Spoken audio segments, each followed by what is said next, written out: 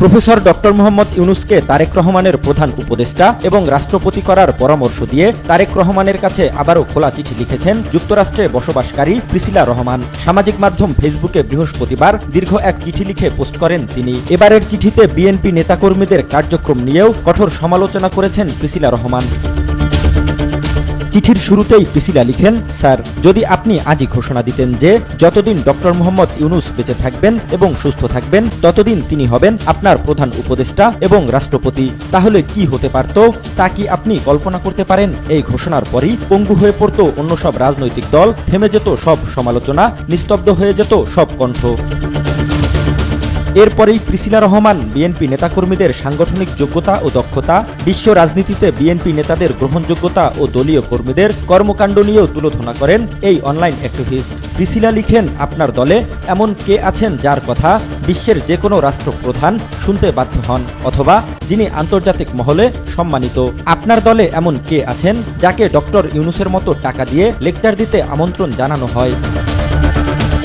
এমনকি আশিক চৌধুরীকেও তারেক রহমানের সরকারের অর্থনীতি, বিনিয়োগ ও পররাষ্ট্র বিষয়ক উপদেষ্টা টিমের প্রধান করারও পরামর্শ দেন প্রিসিলা। পাশাপাশি মির্জা ফখরুল, মির্জা আব্বাস কিংবা অন্যান্য নেতাদের বিশ্ব রাজনীতির জ্ঞান নিয়েও সন্দেহ পোষণ করেন এই অনলাইন অ্যাক্টিভিস্ট।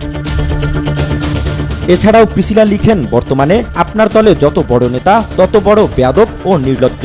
যাকে সারা বিশ্ব দাঁড়িয়ে সম্মান করে তাকে আপনার দলের পিয়ন কিংবা দারোয়ানের ছেলে নেতারা হুমকি দেয়। আজ আপনাদের জনপ্রিয়তা আছে, হয়তো ক্ষমতায়ও আসবেন, কিন্তু আপনার পথ হবে কণ্টকাকীর্ণ, কারণ আপনার পাশে তরুণ মেধাবী মানুষের অভাব আছে। যারা আছেন তারা অধিকাংশই শুধু ক্ষমতা চায়। আপনার প্রত্যেক জনপ্রিয় নেতার ইলেকশন দাবির পোস্টে 80% মানুষ হাহা রিয়াক্ট দেয়। এটা কি ইঙ্গিত দেয়?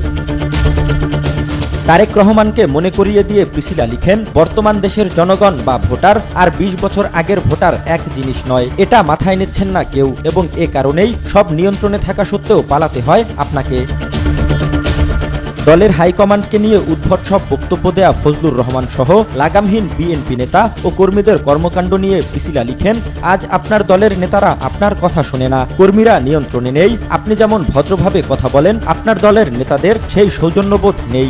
একজন নেতা তো প্রকাশ্য মিটিংয়ে বলেছে আপনি তাকে ভয় পান, তাই তাকে ফোন না দিয়ে তার স্ত্রীকে ফোন দেন। স্বার্থে আঘাত পেলে সে আবার বলবে আপনি গোপনে তার স্ত্রীকে ফোন দিয়েছেন অন্য কারণে। স্ক্রিনশট সাংবাদিকদের দেখাবে যে এই রকম দাবি করতে পারে, সে সবকিছু বলতেই পারে, সে নাকি নোবেল পাবে এমন দাবিও করেছেন।